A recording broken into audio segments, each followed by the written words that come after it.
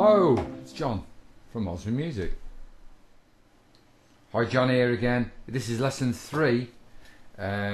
We've done lesson 1 and 2 obviously, and I made a really big point of saying that you must know lesson 1 and lesson 2 sequentially before lesson 3 can make sense. So you need to know the facts, what's gone on. And I'll recap in a nutshell what went on again in lesson 1 and 2 because it's very important. Okay, and I use the analogy of building a brick wall or a house. You've got to have a firm foundation and you've got to learn it. The first thing was the chromatic scale, 12 notes. Okay, I think you might be getting the gifs now. There's 12 notes in music, no more, no less. There's no sharps between B and C and E and F. We don't have a B sharp, for instance, and we don't have an E sharp. This is a symbol for a sharp. This is a symbol for a flat. And we've constructed a thing called the major scale, which is made up of tones and semitones. A T equals tone is 2 notes. From a C to a D, for instance, is 2 notes. A semitone is 1 note. For a C to a C sharp, for instance, is a semitone. Oh, what else can I tell you? Also, the thing called an enharmonic, F sharp. An F sharp can be called a G flat. A G sharp can be called an A flat. It's 2 names for the price of 1 sound, and that is the 12 note system is called the chromatic scale. And also, most importantly now, the major scale is made up of tones and semitones. 2 tones and a semitone, 3 tones and a semitone.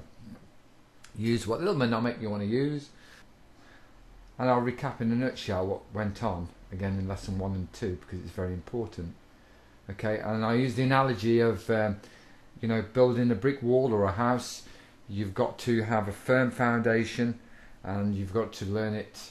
The first thing was the chromatic scale, 12 notes. Okay, I think you might be getting the gifs now. There's 12 notes in music, no more, no less. There's no sharps between B and C and E and F. We don't have a B sharp, for instance, and we don't have an E sharp. This is a symbol for a sharp. This is a symbol for a flat. And we've constructed a thing called the major scale, which is made up of tones and semitones. A T equals tone is 2 notes. From a C to a D, for instance, is 2 notes. A semitone is 1 note. For a C to a C sharp, for instance, is a semitone. Oh, what else can I tell you? Also, the thing called an enharmonic, F sharp. An F sharp can be called a G flat.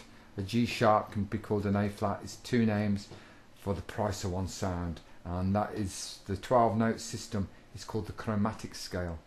And also, most importantly now, the major scale is made up of tones and semitones. 2 tones and a semitone, 3 tones and a semitone. Use what little mnemonic you want to use. I said Tina Turner's shoes. Tina Turner's training shoes. If you saw her, if you can imagine her doing Simply the Best with her training shoes on, that might help. I don't know. And I did this in a couple of keys. Anyway, I've constructed this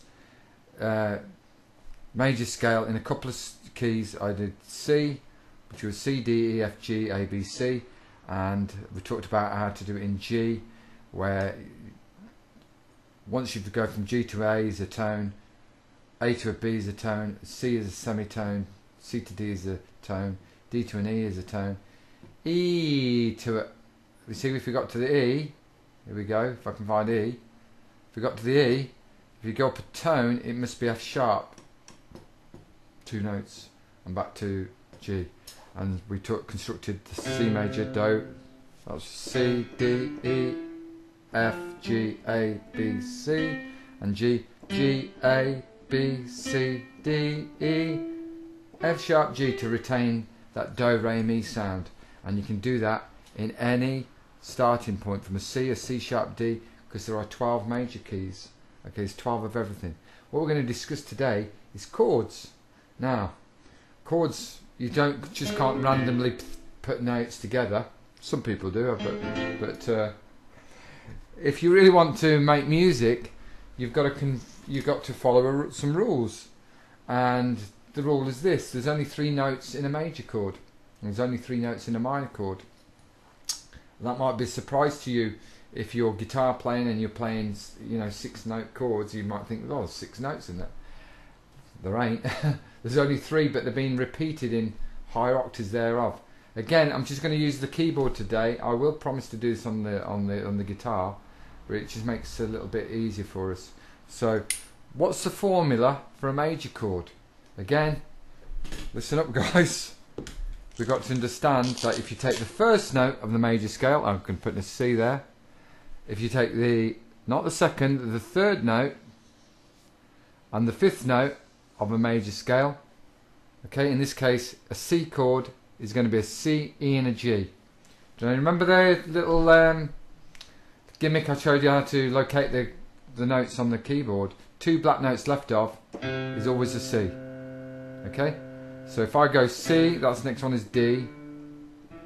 And if I go C, C sharp D, D sharp E, F and so on, I want a C note, an E note and a G note. So there's C, not a D, E, F and a G. And if I play this together, I'm using my thumb, my second finger on the E and the G, and that is a chord. So what's implied there is a major chord has a specific formula. It takes the first note and the 3rd note and the 5th note of a major scale. In the case of C, it's a C, E and a G. You play any C chord on a guitar, any other instrument that plays chords, it will always be C, E and G. That's it. Benito, Benito, that is it. Okay? Fact. Fact, that is it. Now, if I do the same, once you understand, once you've broken the code for one, it's got to exist in the other. I'm using the G major again.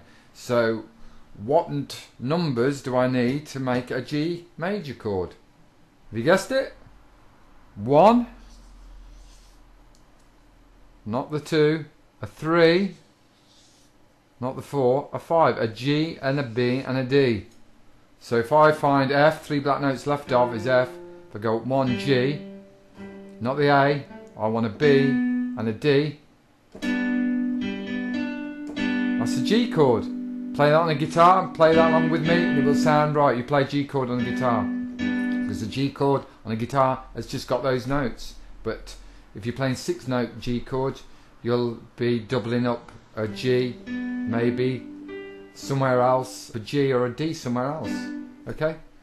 So mystery over. That is what a major chord is about. It's the first note, the 3rd note and the 5th note of its major scale, because we give these numbers.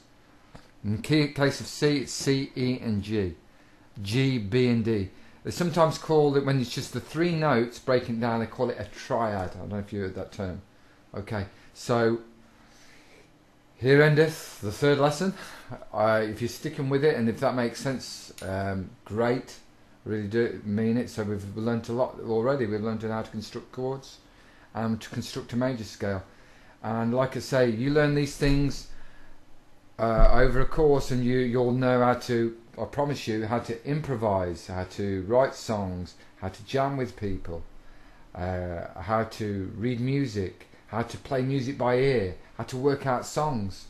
All these things, not a lot of people understand the theory, but do it in a nice logical approach, methodical approach, and take it step by step. It all makes sense.